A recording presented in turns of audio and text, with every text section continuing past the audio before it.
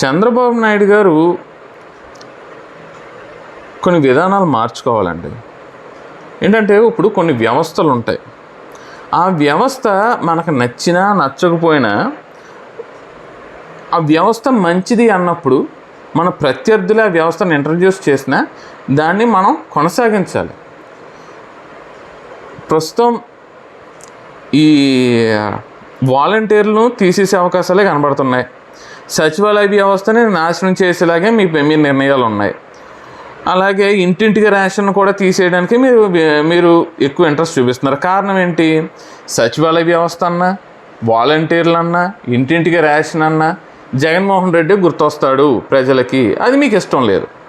మీరు ఒక విషయం మర్చిపోతున్నారు. అలాగైతే మీరు ఆరోగ్యశ్రీ కూడా తీసిపడండి. ఇప్పుడు మీరు ఎన్టీఆర్ వైద్య సేవ అంటున్నారు, తీసిపడండి. మరి మీకు అంత దమ్ముంటే చేయగలరా?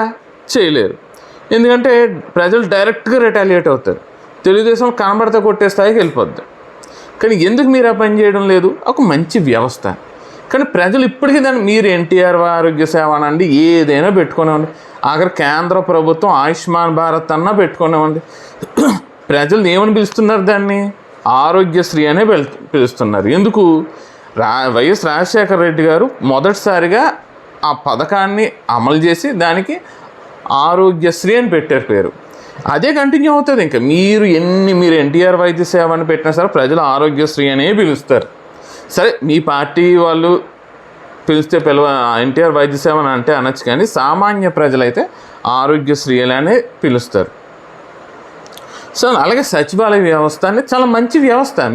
మీకు జగన్ పెడితే ఏంటి, మీరు ఇంకొక మంచి వ్యవస్థను తీసుకురండి. అంతేగాని ఆ వ్యవస్థని నిర్వీర్యం చేయాలని అనుకోవడం చాలా తప్పు.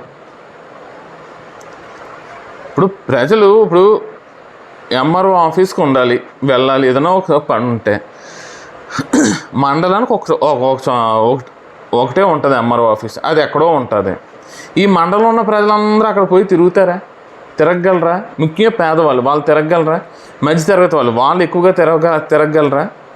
ఇది ఒక మంచి వ్యవస్థ, సచివాలయ వ్యవస్థ. దాన్ని కొనసాగనివ్వండి. అలాగే వాలంటీర్ వ్యవస్థ. సరే, ఇప్పుడు ఉన్న వాళ్ళందరూ వైసీపీ క్యాండిడేట్స్. మీకు తెలియని విషయం మీకు తెలుసో లేదో, వాలంటీర్లలో తెలుగుదేశానికి అనుకూలంగా ఉన్న వాళ్ళు కూడా పనిచేస్తున్నారు. 10% ఉండొచ్చు, కానీ వాళ్ళు ఉన్నారు. సరే, వైసీపీ వాళ్ళు ఉన్నారనుకుందాం, తీసేయండి. వైసీపీ వాళ్ళు అందరం తీసేసి మీకు నచ్చిన వాళ్ళని పెట్టుకోండి. వైసీపీని తీసేసేయండి. తీసేసి తెలుగుదేశం, భారతీయ జనతా పార్టీ, జనసేన ఈ 3 పార్టీల నుంచి పెట్టుకోండి. ఎవడొద్దన్నాడు, ఎవడు కాదంటాడు? దాన్ని ఎందుకు నాశనం చేయడం? ఇంటింటికి రేషన్ కూడా తీసేసే అవకాశాలు కనబడుతున్నాయి. ఇవన్నీ అంటే మీరు ఒకటి అనుకోవచ్చు, ప్రజలేం బయటకు రావట్లేదు కదా, నేను అమలు చేస్తాను సూపర్ 6 విషయాల్లో కూడా పెద్దగా ఎవరో ఏమీ మాట్లాడడం లేదు కదా అనుకోవచ్చు. ఇప్పుడు జగన్మోహన్ రెడ్డి గారు చేసిన తప్పులు కానీ జనాలు రోడ్ల మీదకి వచ్చి గోల చేశారా?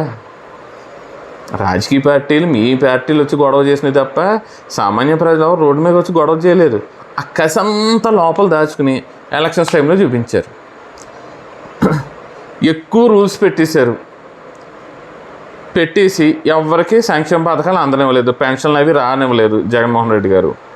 అలాగే ఇస్తూ మధ్యలో కొంతమందికి ఆపేశారు, కొంతమందికి అసలు ఇవ్వనే లేదు. వీళ్ళందరూ ఏం చేశారు?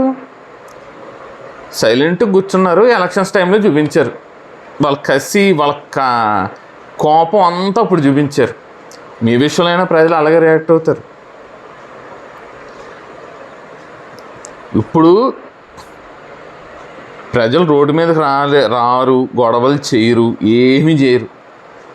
ఎలక్షన్స్ టైంలో చూసుకుంటారు.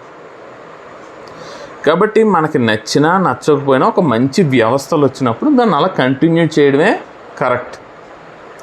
లేదు, ఈ వ్యవస్థ సచివాలయము, ఇంటింటికి రేషను, ఈ వాలంటీర్లు ఇవన్నీ పెడితే ప్రజలకి జగనే గుర్తొస్తాడు అని అనుకుంటే, అరే జగన్ అధికారంలో ఉంటూ పనులు చేస్తున్నప్పుడే ఓడగొట్టారు కదా, ఇంకా జగన్ గుర్తు రాకపోతే ఏంటి?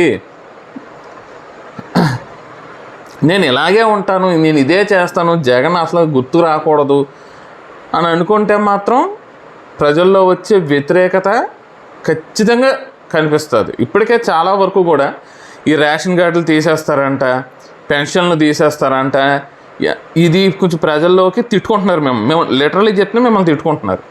అలాగే ఇంటింటికి రేషన్ కూడా వ్యాన్లు ఆపేస్తారంట, మళ్ళీ రేషన్ డీలర్ దగ్గరికి వెళ్ళి తెచ్చుకోవాలంట అనేది కూడా ప్రజల్లోకి వెళ్ళిపోయింది. ఆ విషయంలో కూడా ప్రజలు కొంచెం అసంతృప్తిగానే ఉన్నారు.